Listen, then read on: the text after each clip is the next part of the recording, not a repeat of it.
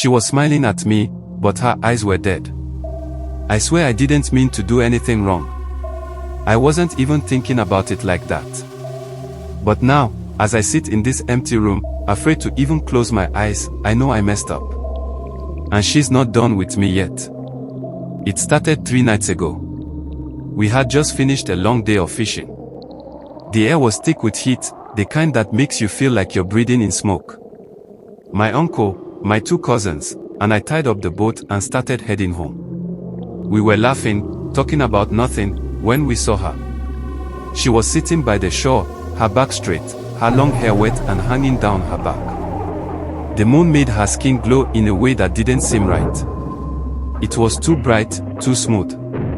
Her dress clung to her, but it was dry, like she had never been in the water at all. She was combing her hair, slowly, over and over. The same stroke. Again and again. My uncle hissed under his breath. "Don't look.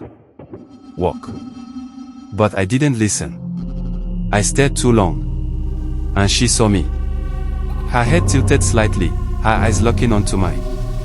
And then she smiled. It wasn't a normal smile. It didn't touch her eyes. They stayed blank, like the eyes of a fish pulled too long from water. My whole body went cold. My feet felt stuck to the ground. "Move, boy," my uncle snapped, pulling me by the arm. I stumbled forward, and when I looked back, she was gone. Just empty sand where she had been. That night, I dreamed of water. Dark, endless water. And her face under it, her mouth opening wide, her hair floating around her like it had a life of its own. I woke up gasping, my throat burning as if I had swallowed the sea. The next day, my uncle refused to let us fish. He took us to see an old woman in the village. She smelled like smoke and salt. When my uncle told her what had happened, she closed her eyes and muttered under her breath. Then she looked straight at me. "You look too long," she said. "Now she sees you too." I didn't understand. It was just a woman by the water. Just a woman combing her hair. That wasn't a crime. But the old woman's face was serious. "You need to stay away from the river," she said. "She will call you. Do not go." That night, I woke up to the sound of dripping. It was slow, steady, like water falling onto stone. I sat up, listening. It was coming from the corner of my room. But there was nothing there. Just darkness. Then I heard the coming. A soft, slow stroke. Over and over. My chest tightened. I didn't want to look. I knew what I would see. But I did. She was there, crouched in the corner, her hair hanging down, combing it like before. But now, she was wet.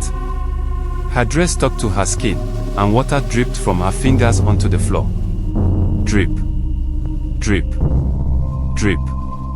She lifted her head. And she smiled. I tried to scream, but no sound came out. I couldn't move. I couldn't breathe. She dropped the comb. It hit the floor with a soft clink. Then she stood up, slowly, her feet making no sound. I don't know how, but I forced my body to move. I threw myself out of the room, running blindly through the house, knocking over chairs and bowls. My uncle and cousins woke up to my screams, but when they checked my room, she was gone. Only the comb was there, lying in the middle of the floor, wet. The old woman told me I had to return it. That it wasn't mine to keep.